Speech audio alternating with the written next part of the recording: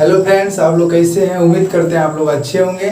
तो चलिए आज हम लोग बात करेंगे आपका जो है शेरशाह के उत्तराधिकारी के बारे में, क्योंकि पिछले वीडियो में हम लोग जान चुके हैं शेरशाह के बारे में। तो शेरशाह के बारे में पूरी जानकारी हम लोग मिल चुका है। तो उनके बाद उनका क्या होता है कि उन वंश यानी कि सूर्यवंश का उनका क्या होता है, तो इसके बारे में मुझे जानकारी यानी कि आगे यानी कि उत्तराधिकारी के रूप में कौन आता है, कैसे क्या होता है, सूर्यवंश किस तरह समाप्त हो जाता है, इस वीडियो में इसको बताया जाएगा।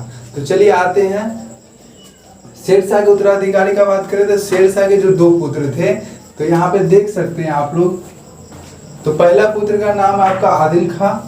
जो पहला पुत्र आदिल खां थे वे थे बड़ा, और जो उसका जलाल खां वे छोटा पुत्र है। मतलब यानी कि शेरशाह सूरी जो थे उनके दो पुत्र थे, पहला आदिल खां थे और दूसरा आपका जलाल खां थे। आदिल खां बड़ा थे और जलाल खां छोटा थे।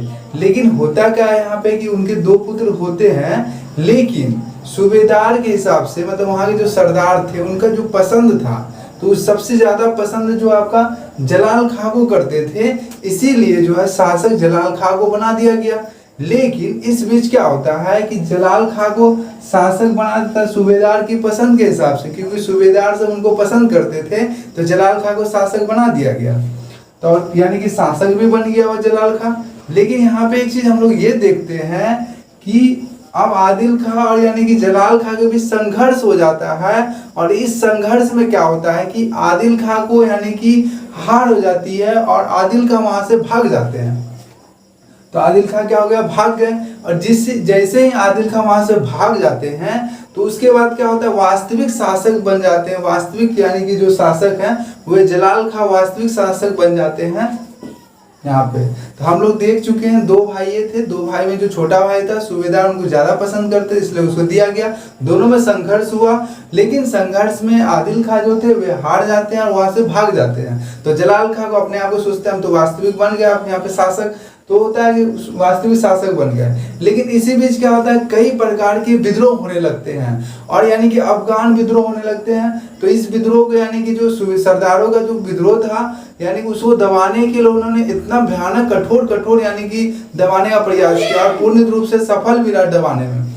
लेकिन इस बीच क्या होता है कि विद्रोह को यानी कि सूबेदार का जो विद्रोह था उनको तो दबा देता है, और इस तरह से दबाता है कि उसके यानी कि जो आपका जलाल खां थे उनके जूते को भी वो सलाम करते थे। तो इस तरह से वे दबाते थे, तो उनके जूते को भी क्या करते थे, सलाम करते थे। आप सोच सकते हैं किस तरह से वो दबा के रखे थे यानी कि सूबेदार को। उसके बाद क्या होता है कि उनकी यानी कि इसी बीच क्या होता है, बीमारी हो जाती है, और बीमारी में क्या होता है 1553 ईस्वी में बीमारी में उनकी मृत्यु हो जाती है। तो मृत्यु के बाद क्या होता है कि मृत्यु का उनका जो पुत्र है उनका उम्र 12 वर्षीय है, और उनका जो उम्र 12 वर्षीय उनका नाम फिरोज शाह है। लेकिन इसी बीच क्या होता है कि उनके जो मामा हैं 3 दिन बने थे शासक, 3 दिन ही हुआ था शासक बने हुए। इसी बीच उनके मामा क्या करते हैं, उनके पुत्र की हत्या करके मोहम्मद आदिल शाह, उनके जो मामा है मोहम्मद आदिल शाह यानी पुत्र की उनकी हत्या करके स्वयं गद्दी पर बैठ जाते हैं।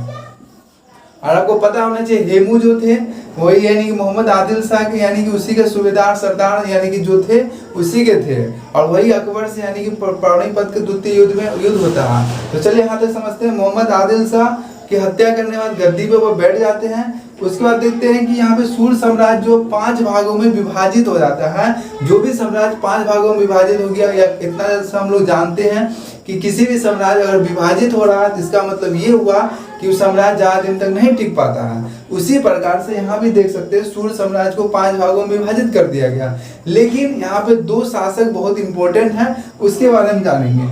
पहला आपका आता है सिकंदर शाह। सिकंदर शाह जो प्रतापी शासक होते हैं और यानी कि साम्राज्य को विकास यानी साम्राज्य को विस्तृत करने में बहुत माहिर है। उन्होंने पंजाब, आगरा और दिल्ली पर यानी कि शासन स्थापित कर लिया है। फिर सिकंदर शाह यानी कि सिकंदर शाह पंजाब, आगरा और दिल्ली पर क्या किया, शासक कर लिए हैं। उसी बीच मोहम्मद आदिल शाह जो है चुनार से लेकर बिहार यानी कि चुनार के किले से लेकर बिहार तक इनका शासन रहता है। लेकिन इसी बीच क्या होता है कि एक यानी कि सरहिंद का युद्ध होता है। मतलब सिकंदर शाह जो प्रतापी शासक है यानी सरहिंद का युद्ध होता है। तो सरहिंद का युद्ध होता है 1555 ईस्वी में। सिकंदर शाह और हुमायूं यानी कि हुमायूं जो वापस आ जाते हैं, क्योंकि हुमायूं थे यानी कि जब देखे कि शेरशाह सूरी की मृत्यु हो जाती है तब हुमायूं आते वापस। और वापस आने के क्रम में वो बहुत सारा यानी कि जो लोग यानी कि शेरशाह सूरी से बहुत डरते थे, जिसके कारण भाग गए, वापस आने पाए, क्योंकि इस तरह से उसको भगाया था।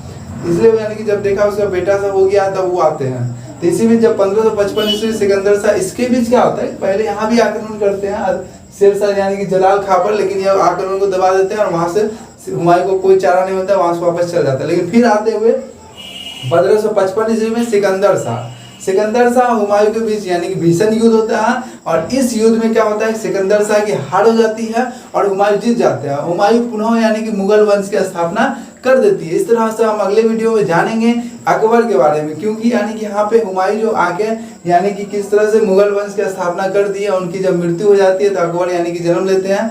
तो अगले वीडियो हम लोग ये जानेंगे। थैंक यू सो मच, बहुत बहुत धन्यवाद लाइक कमेंट शेयर सब्सक्राइब के लिए, और आप लोगों का बहुत बहुत धन्यवाद दिल से। Thank you so much, thank you. Screenshot ले लीजिए। Thank you.